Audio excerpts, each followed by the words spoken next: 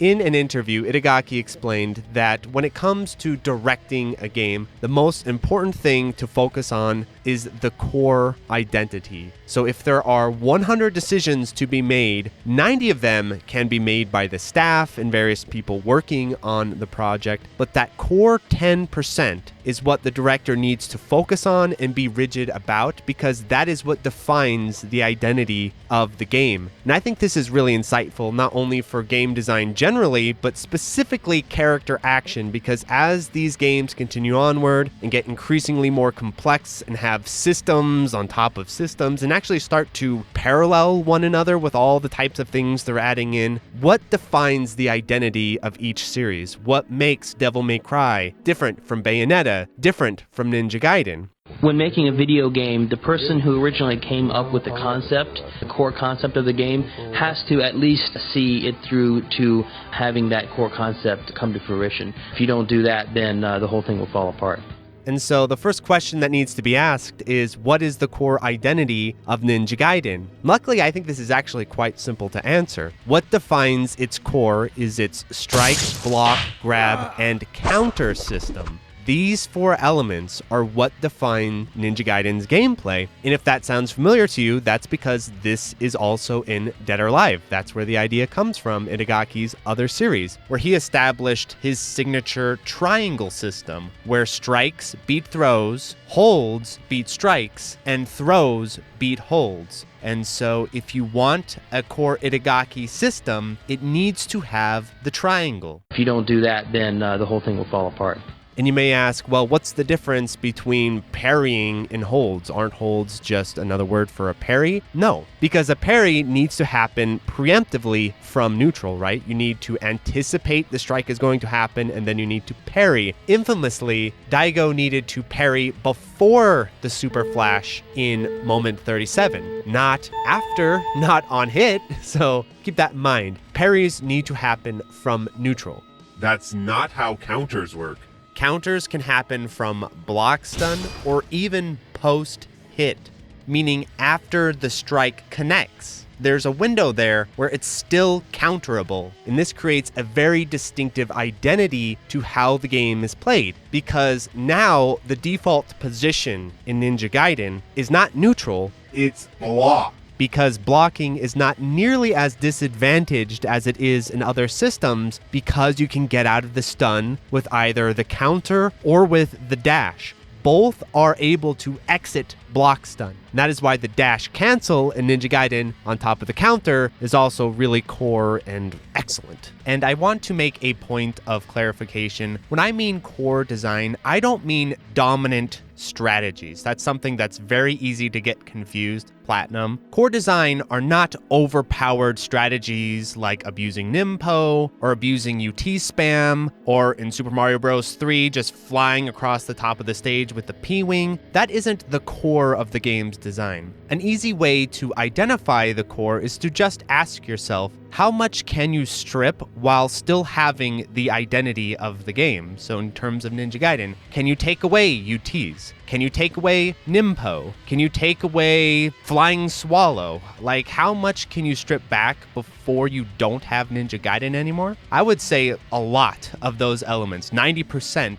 but that core 10% of the game's strikes, blocks, grabs, and counters, that is what Itagaki is talking about. So basically, Chapter 1 in Ninja Gaiden 2, that has all of the elements right there, right from the start. And something also that's important to understand about counters and holds that separates them from parries is that they're not a very technical timing-based input, really. The leniency window on counters is massive. That's why they are so reliable to do. You could sit in the corner of a room in Ninja Gaiden 2 and reliably counter most strikes that come your way. That's because what offsets them in the combat system is not just the technical timing-based window that they need, it's the enemy move properties themselves. And some examples are unreactable grabs, or practically unreactable grabs, or attacks that simply cannot be countered, or attacks that break guard. All kinds of different specific move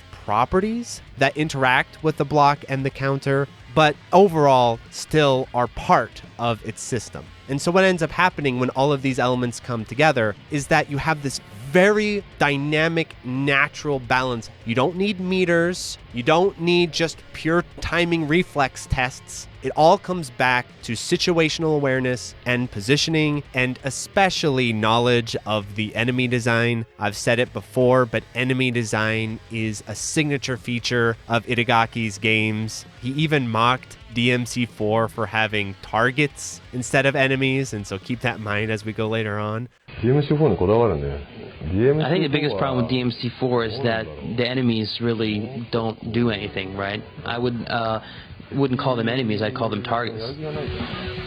And so everything lays on top of this core system because it defines the balance of everything that comes afterward. And so if you don't have this core, you don't have Ninja Gaiden. And so if we look at the series historically across all its different forms and variations, either the Sigma stuff or the true Itagaki stuff, which I would consider canonical. So if you want to play the definitive version of every game, I would say it's the Itagaki version. But if you're a big Ninja Gaiden guy like myself, you've played everything. You've played Sigma and you've played Ninja Gaiden 3 Razor's Edge. And what I'll say is that even though there are going to be varying degrees of trueness in all of these versions, all of them retain the core identity of the series. All of them have this system except Ninja Gaiden 4.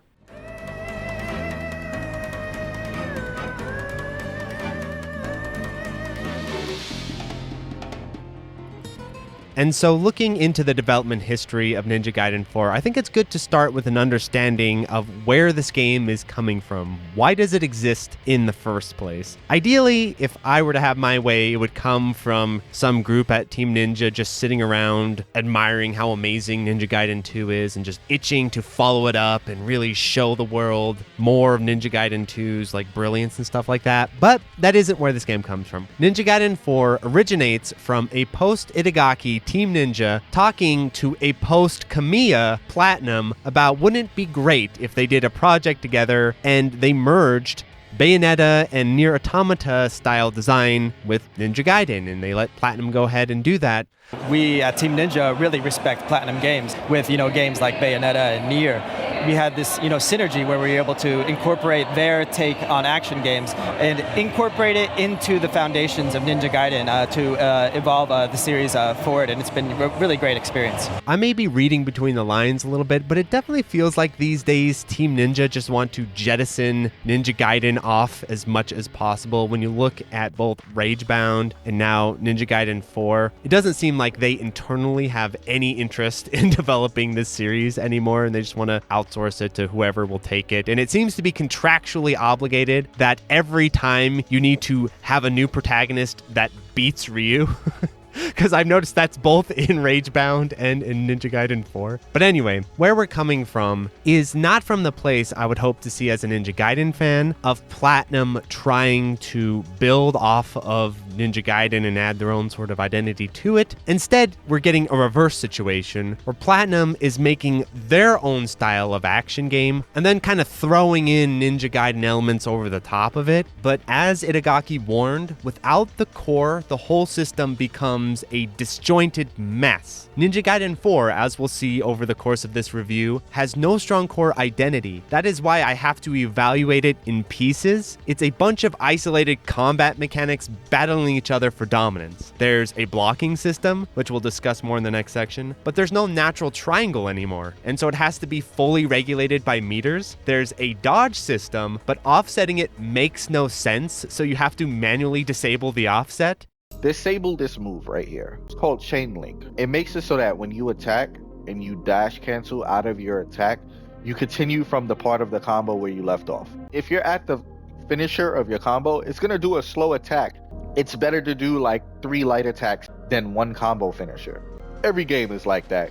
You have evasive enemies and standard sword strikes like you had in the original, but they are constantly undermined by suck to target and armor. You have crowd control, but the insane auto-targeting makes it a miracle more than a feature. You have massive AoE Bayonetta attacks, but since they are clearly better than the swordplay, they have to be managed by a meter that can't manage itself. And then the funniest irony, as returning guests, you have UTs and guillotine throws taking a central role, but they end up undermining the combat system, whatever it is, even more than they did in Legacy Ninja Gaiden. And so as we move forward with our analysis of this game, I'm going to try my best to tie the various systems together, but keep in mind, I think fragmentation is part of its nature, and I don't see a way around that. So let's just begin with the revised blocking system.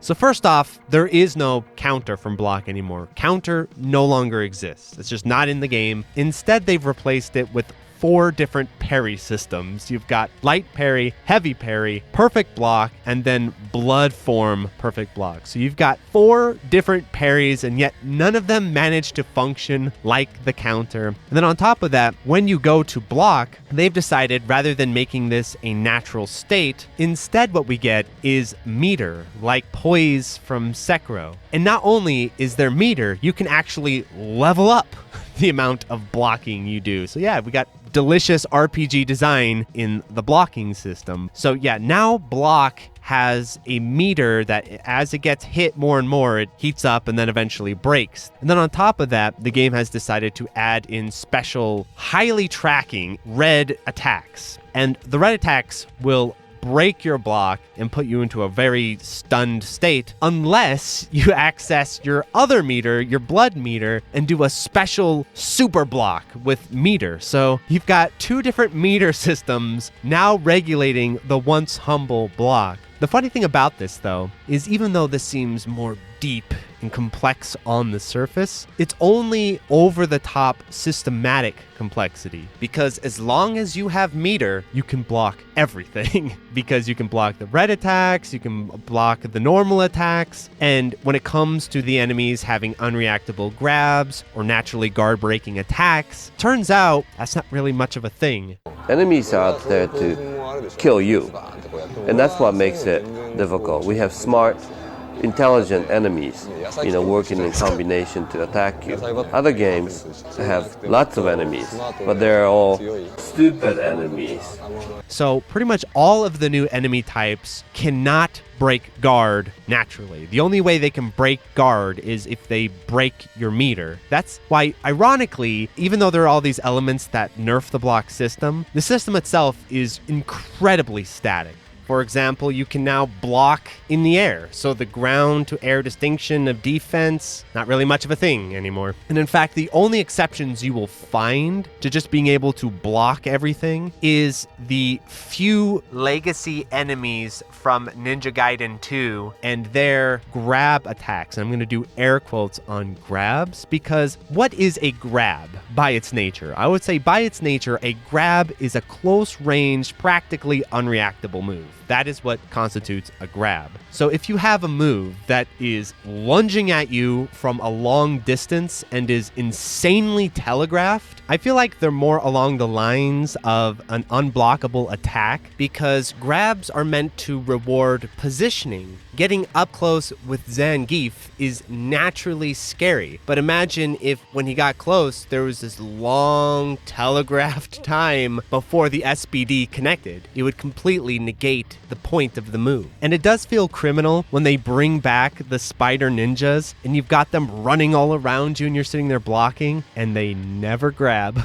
not one time. And that's the irony of the blocking system of this game, where it's clearly secondary to either dodging or parrying, but since it's so underdeveloped, it's still quite exploitable because the game isn't accounting for you exploiting it, but it's no longer this well-developed primary system like it was in core Ninja Gaiden. And you can definitely see this reflected in the boss fights, because once you realize, wait a second, I can like run away and recharge my block poise and then come back, all you need to do is just stand next to them and block, and then just watch for the red flash. That's all you're doing. You're sitting there watching for the red flash, and then when it appears, boom. So yeah, the blocking system in Ninja Gaiden 4 is completely gutted and instead just tied to meters, and I think intentionally simplified. Because if you read some of the interviews in terms of what their design philosophy was, one thing that they were really concerned about is the idea of fairness and how that ties back to difficulty. And basically, the idea is that they didn't want ambiguous difficulty. So they didn't want something like a grab that you wouldn't be able to react to, or positioning, complex things like that. Instead, what they want is very static, clear states, so that if you're blocking and your block breaks, you know, oh, that's because my meter ran out, which they did accomplish, but in that process, they've lost all of the subtlety and depth and core identity of the counter block system because it's basically gone. And in its place, we've got the new innovation sweeping the nation, constant movement, and suck to target.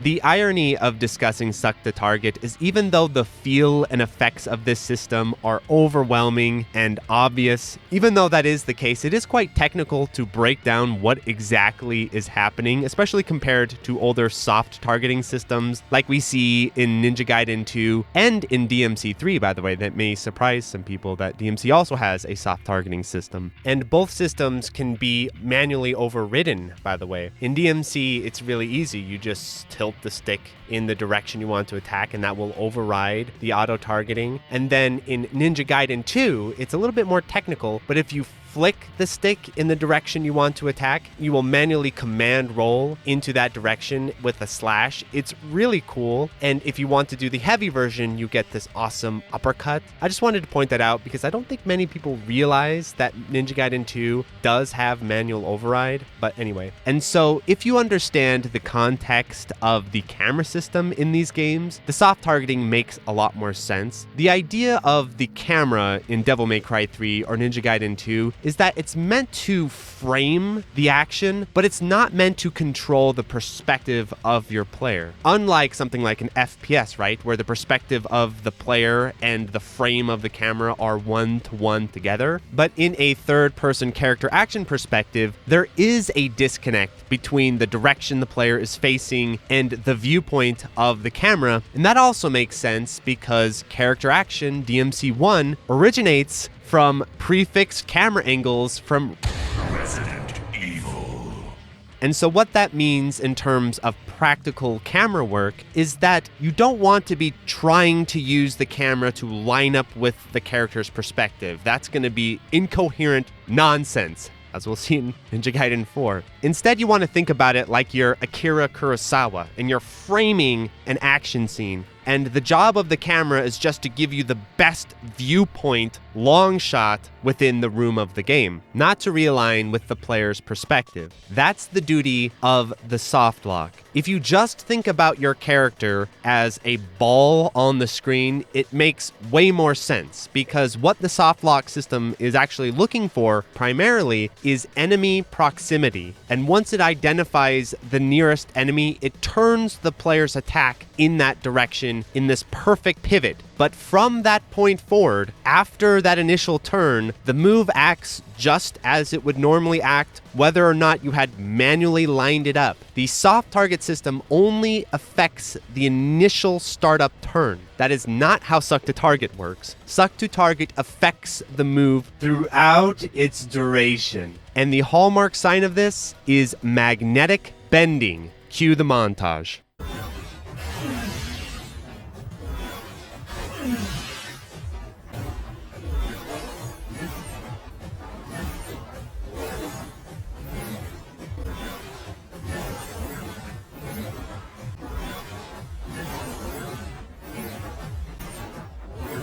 And I hope I'm not the only one who thinks this footage is insane, by the way. And so the first question that needs to be asked is, why have this mechanic in the first place? What is its purpose? From my understanding, suck to target is often used to help new players get into these combat systems and navigate the complexities of 3D spacing. And I think at a novice level, this makes some sense. If you're playing a low intensity game where the enemies aren't really moving around and there's only a few threats on screen, as much as I don't like the approach, it does function at the very least. But as the intensity starts to ramp up and you have more enemies on screen clumping together, moving around, that puts more of a burden on the system to make these choices. And if you have a system that is taking so much control and agency away from the player, at what point can you say, no, this is the player's fault versus this is the game's fault? Because with great automation comes great responsibility. And I don't mean this in the sense of once you become an expert at Ninja Gaiden 4, you learn all of these strategies to get around the problems with the suck to target system. I really want to clarify that. These are not the complaints of a player who cannot figure out how to play the game. I did end up finding some strategies that exploited suck to target, but that's not the point. Player skill, after all, is unlimited. The game could crash every 10 minutes, and players would still find workarounds to be able to beat the game and play and say, oh yeah, no, this adds depth and strategy because you have to prepare for the crash every 10 minutes. You've been living in a dream world, Neo. The question isn't, can you get around the targeting system? The question is, how well designed is it? Is it accomplishing the goal of helping this game feel better to play? And so here are some things that I've noticed as issues with the suck to target system. First off, it makes the animations of the character look and feel nonsensical. Everything looks disjointed and weightless. Some of my favorite examples are Bog sent me a clip of him resetting shuriken spam with Ryu, and it looks like he's like moonwalking as he's just holding out his arm and sucking across the field. Another one that looks ridiculous is the animation of Yakumo when he's using his drill attack, which is clearly supposed to be this linear stinger type of animation, but the suck to target is turning and spinning him like he's on a car showroom floor. One of my favorites, though, is the gravity logic of the reverse guillotine throw, where because of the suck to target, you can jump away from the enemy, but then activate the guillotine throw while you're still in the magnetic field. And then all of a sudden, Yakumo will just grab them into the guillotine throw. There's all kinds of weird behaviors like this, and it's because the developers can't always match the animations of the character because the suck is this mysterious variable. Examples of suck to target in the video are obvious over large distances, but it's actually happening much more frequently than you might realize. Another major concern I have with suck to target is, of course, how much it wrestles away the controls from the player and makes it really hard for you to precisely place your attacks, because the game's suck to target system is obsessed with point blank position. So let's say you have a group of enemies in front of you and you want to control them as a crowd. The basic attacks are not going to allow you to do that because immediately the suck to target will just put you point blank next to whoever has been targeted, and then everyone else in the group can just surround you because you've overcommitted. You didn't want to overcommit, but the suck to target system is just going to push that to happen, which is ironic because there are plenty of mechanics in the game that actually encourage crowd control, like the guillotine throw, like the giant sweeping raven attacks, like the amount of hits done you're able to dish out. It seems like part of the game wants there to be crowd control, but this suck to target mechanic constantly interrupts this dynamic. Welcome to the desert of the real. And so that's why so often when you're trying to deal with crowd control situations, you're always taking to the air. You're always launching the enemy upward or getting top of your stick or doing aerial combat. It's because you can't precisely control what's happening on the ground. And so you just need to exit the playfield and be nice and safe on the ceiling doing your attacks, and then once you get that, you launch them back down and then you reset back to neutral. That's happening over and over again. And this really undermines the enemy design of the game, which, if we remember, is really core to Ninja Gaiden's identity. I wouldn't call them enemies, I'd call them targets. But if you have basically the same formula for how you're going to interact with every single enemy, and then even if you have an enemy with a lot of movement and evasiveness, like the shuriken guys, well, you have so much tracking that a lot of that is essentially meaningless. You can just jump and guillotine throw the guy extremely reliably, and like I said, the gravitational pull is insane. So even if you're like way off, you'll still magnetically get on top of his head, and then you throw him, and then that makes him vulnerable, then you launch him into the air, and this makes even the enemy groups static, because of course the order is begin with the G-throwable enemies and the popcorn, and then leave the elites for the end. Game complete. And so, like I said before, this isn't about can you break the system, it's about is the system good. Fate, it seems, is not without a sense of irony. And it's not something you can just turn off. That's another issue I have, where in God of War, of all things, in expert level play, they reduce the suck to target mechanic. As a fun fact, we actually toned down the suck distance dramatically for our hardest game difficulty, Give Me God of War, because we wanted players to pay more attention to their positioning in combat. Once again, I apologize. But in Ninja Gaiden 4, because it's so baked in to the combat system, it doesn't matter if you're an expert player, a novice player, you have to deal with this system. And it feels like... And what's really concerning is that because this is active, even at the highest levels of difficulty, I think it's just going to become a standard of how games are designed. It's not going to be a tool that helps new players play. It's just going to now be, oh, this is how 3D action games interact with space. I cannot stand this suck to target mechanic.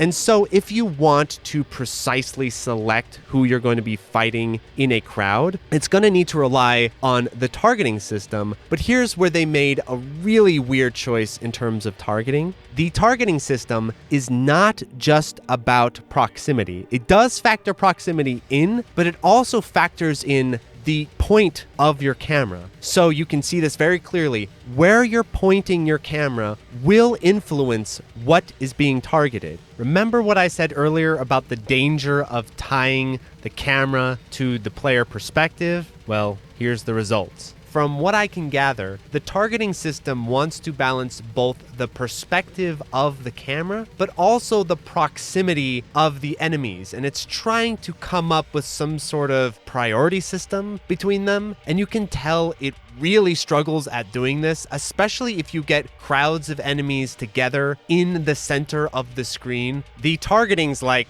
what do we do here? And that's when it really starts bugging out. And that also causes problems with crowd control, because what you can have happen is that you'll have a group of enemies together, and then one will either armor or jump out, and the targeting system will decide, oh, that's the one. And so then you'll just teleport to that one as you attack accidentally because of the elegant suck to target system. Another behavior that I noticed is that it really prioritizes enemies in front of the player. That's what it likes to focus on. And so when it comes to redirecting to enemies in terms of proximity, it takes a long time to account for enemies attacking from either the sides or the back. Usually it is just before the hit or on hit that the targeting system's like, oh yeah, by the way, you're under attack if you want to counterattack.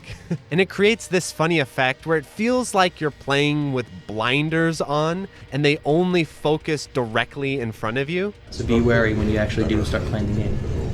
So unironically, they really should have added a little mini-map radar like God Hand does, because as aggressive as the targeting system is, it still can't keep up with the enemy design, especially at higher levels of difficulty.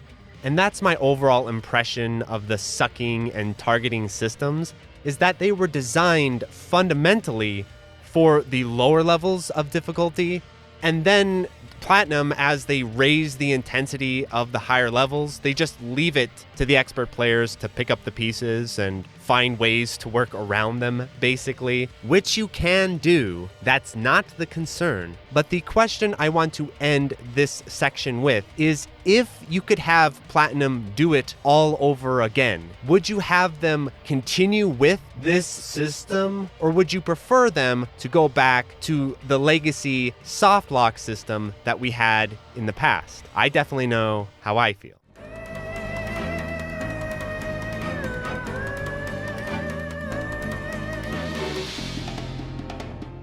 I find the Bloodbind system of this game very interesting because obviously it's Platinum trying to merge together the giant attack style of Bayonetta with the more grounded Chambara swordplay of Ninja Gaiden. And of course, if you just put those two systems side by side, the huge attacks, especially with range, will completely overpower the more humble swordplay. And so how do you make this compromise happen? How do you get these two systems to exist side by side? Well, meter, of course. How else? The ultimate game design solution to problems like this. So now meter management is a core skill of Ninja Gaiden, and it's important to distinguish powerful resources like Nimpo from core meter management, because in Ninja Gaiden 2, for example, yes, the Nimpo is extremely powerful and can be abused, but if you removed Nimpo from the game, the core combat system would still function normally. Whereas with Ninja Gaiden 4, the Bloodbind gauge isn't like that. If you don't have the Bloodbind gauge, you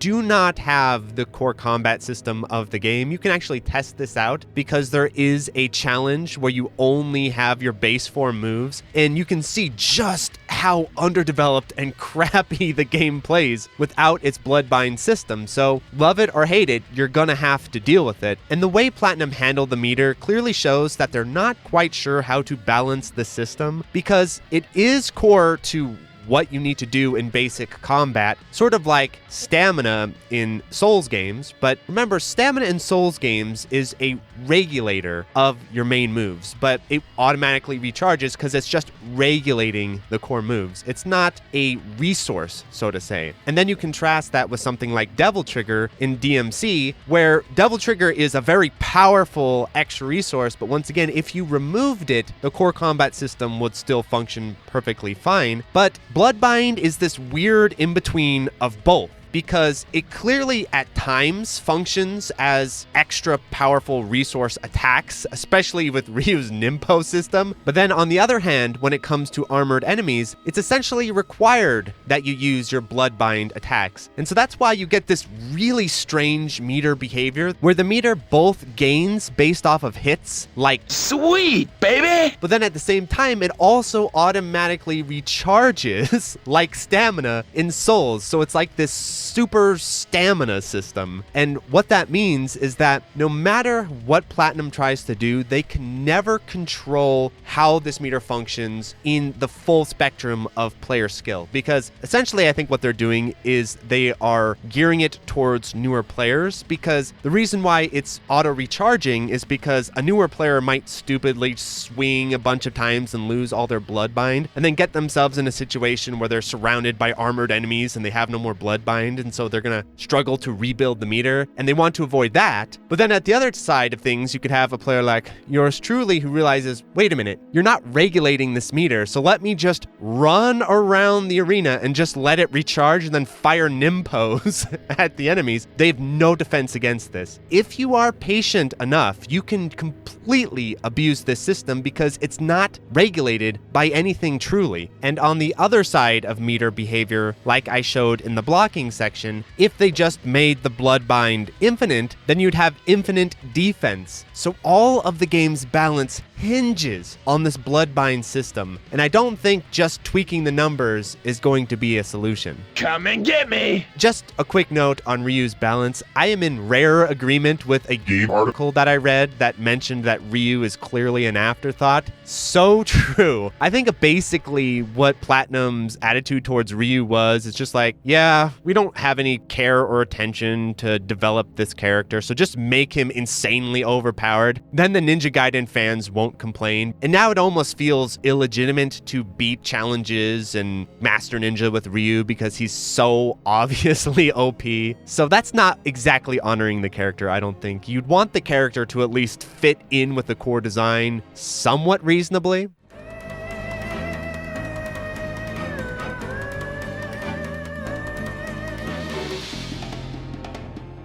If I were to rank my least favorite aspects of Ninja Gaiden 4, number 1 is definitely the suck to target and camera system, but number 2 is this game's level design. I think this might be Platinum at its most egregious. You know, there's still Bayonetta 3 in contention, but holy crap. And, these traversal sections connect, these combat encounters, but they don't get in the way of interrupting the pace, the high-speed, action pace that you expect. You could argue that these Crash Bandicoot types of sections make up the majority of the game's level design, especially when you realize that most of the encounters in the level design are completely skippable. Each stage has a few forced enemy encounters, and they do increase in frequency as the game goes on, but it is quite shocking how low they actually are. What this game made me realize is that Platinum have never quite left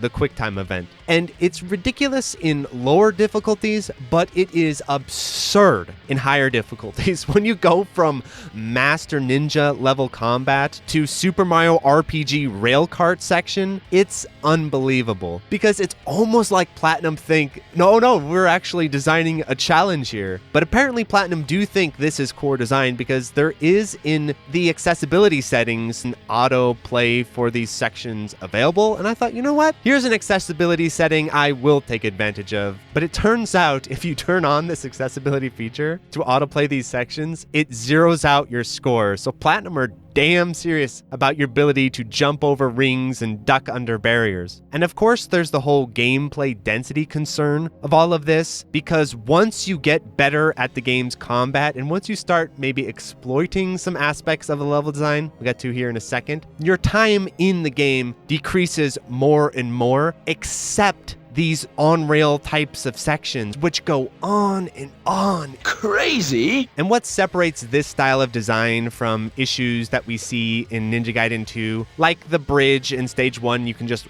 run past the enemies and get to the next section in. The big difference is that when there are skippable sections in previous Ninja Gaiden games, it's not completely obvious that they're skippable. The game has the pretense in the level design that theoretically, if you run past the enemies, you're going to have to end up fighting them in this giant group later on, and that's a risk you don't want to take, like, of course, the famous staircase. But the problem with this style in Ninja Gaiden 4 is because these QTE rail sections are escape hatches that clearly the enemies can't follow you through, your brain just instantly realizes, especially with how obviously it is laid out, the yellow paint actually works against the game in this manner. Yellow paint. It almost seems tacky, even in AAA design, to be using yellow paint at this point. Now I'm a little motivated. Because the yellow paint instantly tells you, as you see an enemy encounter in front of you, yeah, but if you go over here, you'll just escape the encounter. So that incentive to fight the enemies is completely undermined by the level design itself, but instead they make it even worse by having these sort of pseudo-stealth sections, because now even the game is suggesting to just move past the enemy. And so once you realize this, the only bit of real level design each stage has are the few locked arenas. But even there, Platinum are making a massive mistake, because a lot of these arenas have pits on the outside. And I think what Platinum were thinking was, wouldn't it be cool if every so often while you're comboing a guy, you kicked him out of the arena and he died? Sure, but what they were clearly underestimating is the power of the guillotine throw, because once you realize, wait a second, if I just stand next to the edge, I can throw the majority of enemies right out of the arena to their death. Even the winged Tengu, it's wild how many encounters can just be instantly solved by this. One of the funniest ones is this climactic elevator fight, and so you have a bunch of enemies just spawning on the elevator, and you can just guillotine throw them off in all the different directions, and then at the end they summon a boss, but it's just boss from stage 1. So the entire climax of this stage is completely nullified by the edges of the arena. But even if they went in and filled in all of the pits and made them locked in walls, they still have the problem with the level design of just abusing the space and self-regenerating meter. For example, in chapter 12, there's clearly supposed to be these combat rooms, but because the area is so large, all you have to do is run away and lure enemies out one by one. And even if their leash kicks in, which is really funny to see, they just vaporize like a mirage. But even when that kicks in, you still have the self-charging meter abuse, and so you can just continually lure them out, fire Nimpo at them, and work them away bit by bit. The level design way too often just trusts you to play the way Platinum wants you to play, even though there are clear incentives to do otherwise, which leads naturally to a discussion of this game's difficulty.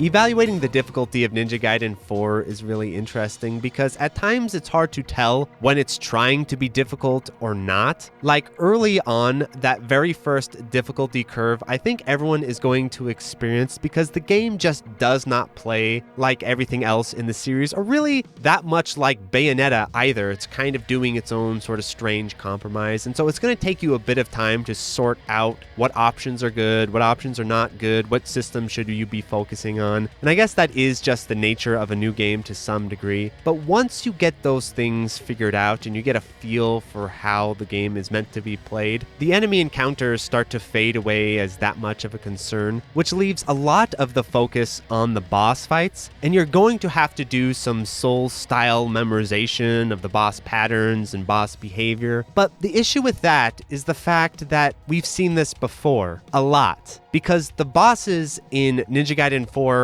are hardly distinguishable from fights from Sekiro or Souls. They even have the Sekiro style jump over the unblockable that looks like a grab. And then they have the two phases, which is a thing in Neo. And so once you get a feel for the patterns of the bosses, and especially once you realize you can abuse the attack power potion and the defense power potion and all of the different potions and resources. Too easy. And I will admit that Ninja Gaiden has always been pretty chill on the systematic difficulty side of things, but it is odd to have a year that Silksong is causing more controversy and discussion about difficulty in game design than Ninja Gaiden 4. I'm the only one who thinks there's a problem with this picture. Ninja Gaiden 2 is a tough as nails game.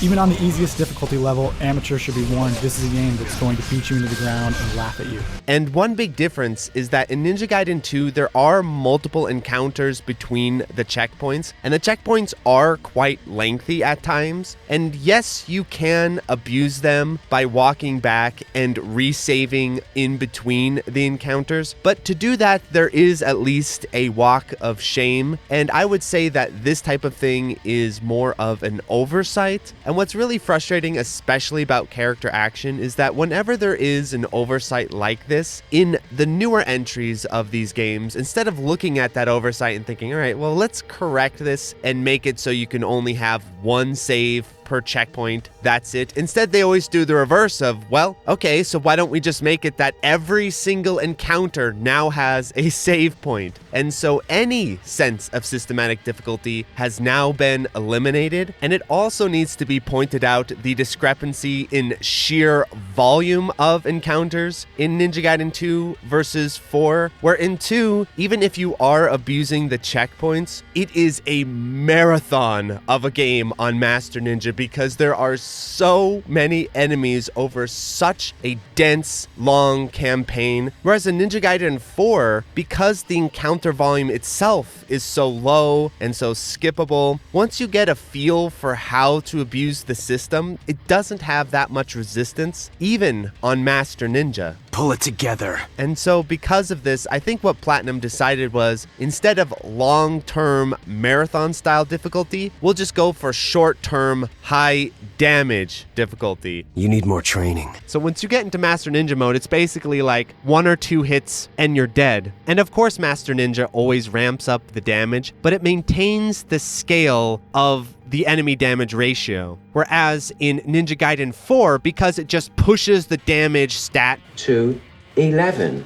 The enemy scaling becomes misaligned, and you get this really funny phenomenon where the highest threat enemies are like random little popcorn enemies or the rocket launcher guys or tiny little things that might move around and spam you because they're balanced around doing frequent low damage attacks, right? But if you just max out the damage scaling, then this little fireball from a fish is way more threatening than this massive hit from an elite enemy. So you get this inverted relationship with the enemy design in Master Ninja mode, and you see a big elite enemy spawn on screen, and you're like, whoo, thank God it's an elite enemy. And so that is the really big problem with difficulty in Master Ninja mode. It doesn't bring focus to the combat design. Instead, it just teaches you to watch out for stray hits that may come from inconsistencies with the camera system or the suck to target or just the insane homing properties of the enemy attacks. Those things are still quite chaotic and unpredictable. And so, ironically, when you play Master Ninja mode in Ninja Gaiden 4, what it reminds me of the most is something like I Wanna Be the Guy, where you get killed for tiny little variations in performance, but there's no ambiguity. I guess the best way I could describe it is that the developers are putting in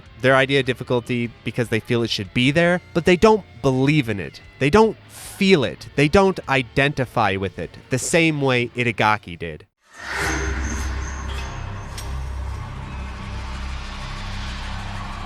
And so my final thoughts on Ninja Gaiden 4 are kind of hard to articulate. I don't hate it or anything, and it is almost charming how kind of Mugen it is. And so if this was a new franchise from a new developer and they were kind of getting into character action and they had a lot of ambition and ideas, but clearly just don't know what they're doing in terms of balance and overall system design, I could see myself thinking, okay, there's potential here. But the fact that it's coming from Platinum and Team Ninja, that of character action, there are 3 heavy hitters, Capcom, Team Ninja, and Platinum, and 2 of them are involved in this project, and we're getting a game of this quality. I find it quite concerning, especially because it's tied to Ninja Gaiden, my favorite action game franchise of all time. It's not hitting anywhere near the quality that it needs to be, and I have a very strong sense of deja vu here because this is very similar to Ninja Gaiden 3 when it came out, where it was sort of deviating away from the core idea of Ninja Gaiden, embracing some of this QTE thing, and that was considered a disaster not only from critics but also players. And to Team Ninja's credit, at the time they realized, okay, no,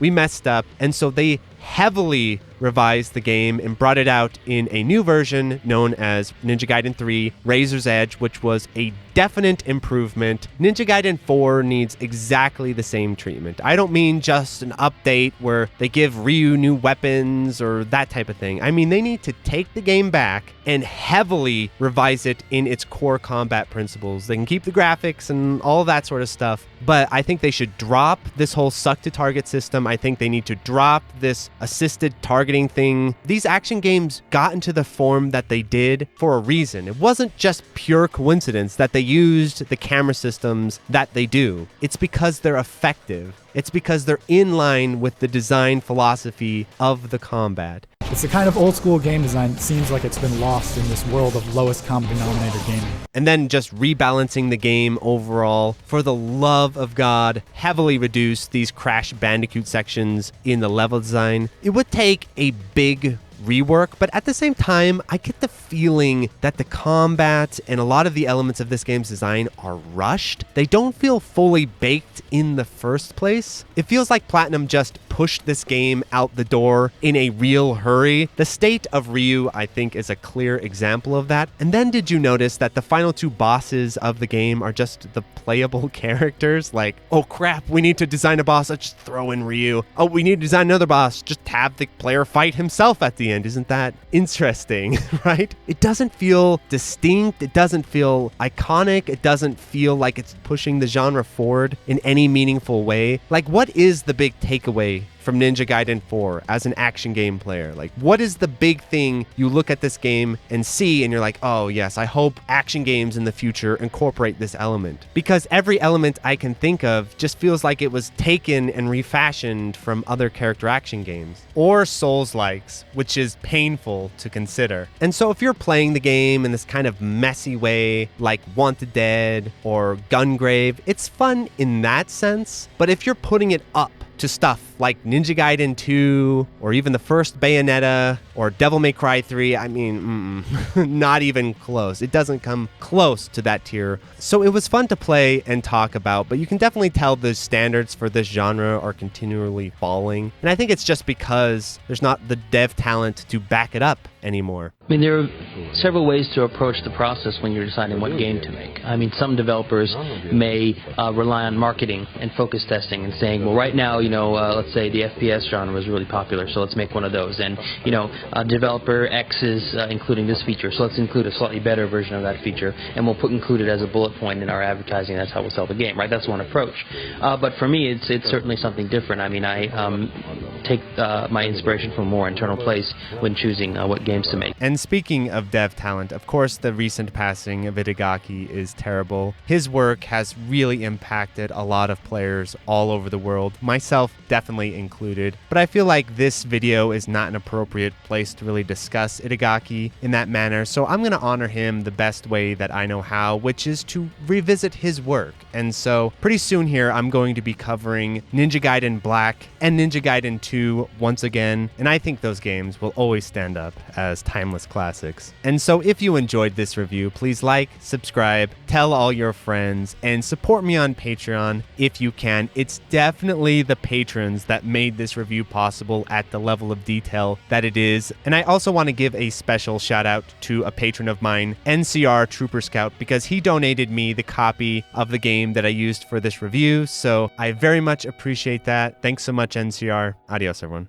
So thank you to the 5 and $8 patrons, 100, Absconditis, Adam Kesey, Eternal Solitude, Anhold, AJA, AJD578, Alistair Stevenson, Alberto Starna, Aldrin, Alex Kors, Alexander Pfeiffer, AMH, Anthony A, Arcade Hell, Orlandio, The Royal Guard, Arg, Arrow Viper, Ash FL, AU Li, Autonamed, Axel Rate, Band Over Tui, Baron Metzgerstein, Battle Mode, Basil Me Dazzle, Bella Tor Poeta, Ben Foster, Benjamin Shabalski, Vito Dames, BK, Blader, Boghog, Borgie22, Boston Crab, Bradley Strait, Brindle Swiftfoam, Robot, Rotoquin the Lonely Poet, Bruh, Bruno DeMatos, Buford, Bunny Clyde, Wem, Captain Rhodes, Captain Shrimp, Carmel Tortoise, Catchright Studio, Chop, Chad Goulding, Shimor De Colette, Jado Maltese, Chaflip, Kristen Sokal, Krista Lee, Christopher R, Chronic Burnout 3, Zipolino, Clairvoyant Bongwater, Claire Cliff, Climby Coyote, CMD, Coast, Concealed Blaze, Concreted, Cooksan 666, Cooks and Soup, Corio, Corn Hoglin, Cozy, Crew Expendable, CZR, Des Audio, DRK, Damian Thorne, Dan Matai, Danji, Danny Maku, Darren Griffin, David Andrus, David Crespo, Dididum, Day Derator, Damian Smirnov, Dayram, Desolus, Dimension Diver, Diodamke, DJ420 Praise It, Don Pedro, Double Vision, Drano, Dr. Bosky, Drayton Brenton, Duality, Duckies, Easter Egg, Eduardo Aquinta, Edvard Walgren, Elvin Senesev, Elias Alonso, Ellis DeFische, Empty Disco, Eric Scrivener, Eric Houdini, Esteban Lizama, Evan Serafet, E-Will, Explosive General Games, Fabio Picci, Falcus, Finech Mathai, Firez, Five Side, Florida Sucks, Forbidden Dave, Frames Per Human, Freckle Lord, Gabriel Foreigner, Game Soup, Game Boy Guru, Gabe Chase, Gelhoff, Gettershine, Ghost Boy, GPM, Hawk, Hamadawama, Heart, HDZ7274, Hero Death, Thomas Hardhat, Unhearthy, HUD, Humongous, HW Folder, Infinite Forest, Arandimus, JDabs, Jack Walsh, Jacob Foley, Jacob Grossman, Jacob Valenzuela, James M, Jason, Jay McCarthy, JC Dendon, J67, JLab, JCC, Jeremy Kellner, Jezza SDG, Jang, Jing Hans, Jin, JMD, Joey Jojo Joestar, JOH, John Kelly, John Longwalker, John Simpson, Jorge Figueroa, Josaka, Josh Mayer, Josie, JT, Julian Elwood, Jurgen, K, K2, Kane Evans, Casper K, KO-Tune, Ken10082, Kevin Den, Christian Lopez, Kill All Music, King Joker, Contain, Praise the Boys, Kumoma, Kai Arts, Kyrol, Leonard McCoy, Loberta, Lobos, Luna Lilich, Maz, Macabre Monster, Mad Combaticus, Malaise, Maplewood, Marco Singer, Mario Simic, Markman, Marshmallow, Mason Polar, Matt O'Leary, Matthew Woodford, Matau Patau, Maz, Mekaroka, Minong, Meister, Menzraya, Metal Slime Drummer, Michael